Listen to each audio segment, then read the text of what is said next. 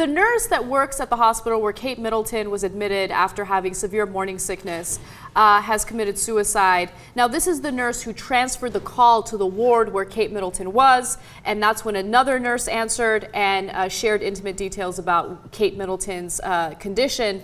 However, it doesn't matter that this is just the nurse who transferred the call. Jacintha Saldanha, 46 years old, committed suicide regardless. Oh, yeah. Now, okay. I should make a few things clear. She wasn't disciplined for what happened. Yeah. She wasn't reprimanded, but she is, as I mentioned, a 46-year-old mother of two. It's a devastating story, and understandably, the Australian radio show hosts feel horrible about this, and they have decided to stop doing their show indefinitely. We don't know if they'll ever come back. Look, so I have mixed feelings about this in this sense.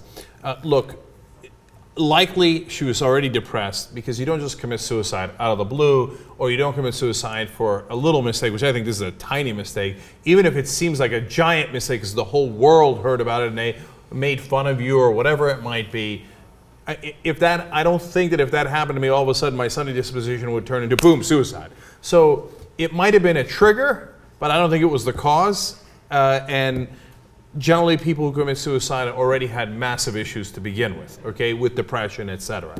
Now, it doesn't stop me from feeling terrible for her and wishing that it didn't happen so that she'd still be alive today, right? Mm-hmm. Now, having said that, I know they're going to punish the guys and keep them suspended indefinitely, the guys who did the prank. I know it's a matter of optics, etc., but I don't agree with it. I think they did people are calling this like the worst prank ever. No, it was like the simplest prank ever. It was the least harmful prank ever. And normally. No one would expect this. No one had bad intentions. Like, the hosts weren't thinking, oh, we're going to call and we're going to get through and we're going to get these nurses into a lot of trouble and maybe someone will commit suicide. They thought that they were being funny. And under that theory, then nobody could ever do a prank. Oh my God, if I slightly embarrass someone, well, then that's it. They might commit suicide. So, okay, or you can't do any jokes either. You can't do anything. We all have to be frozen in amber, and in case that somebody else gets so offended or worried or embarrassed by something we did that they commit suicide. Mm-hmm. No, I don't think the guys should be punished at all. I think they did what every DJ in the world does, except they did it more successfully. They pulled off what is, a funny prank, and since she died, it's tragic, but they're going to get a lot of crap for this for the rest of their lives, as if they killed her, when they didn't kill her. She killed herself. Yeah.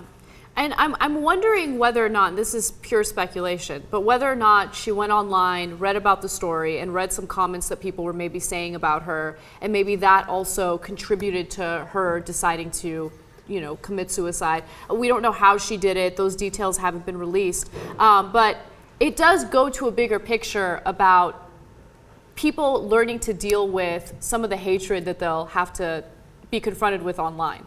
Now, it doesn't happen to a lot of people because not a lot of people get famous online, right? So there'll be the golden voice guy, there's, the Friday girl, whatever, right? Yeah. Et cetera. And then there's this bad scenario. But look, if it does happen to you, understand something. What people say about you online is not the real world. They don't even actually mean it. They only say it because they're anonymous. And even if they do mean it, so what? Yeah. What you're seeing is not the totality of those people, and certainly the totality of what they think about you or what everybody thinks about you.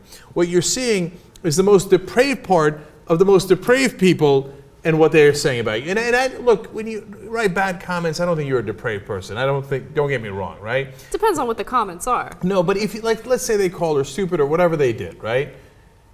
I bet you if they saw her in person, they wouldn't say that to her face. Of course right? not. It's the anonymity of the internet. Right, but the joy they get is they don't know me, and this is when I get to unleash all the bad things I'm thinking. We're never the same person in all circumstances. So, for example, I'm a different Cenk with my mom than I am with my friends. I say jokes with my friends I would never say in front of my mom, right? So the person that's writing that comment is not even that guy. It's the worst side of that guy. Do you see what I'm saying?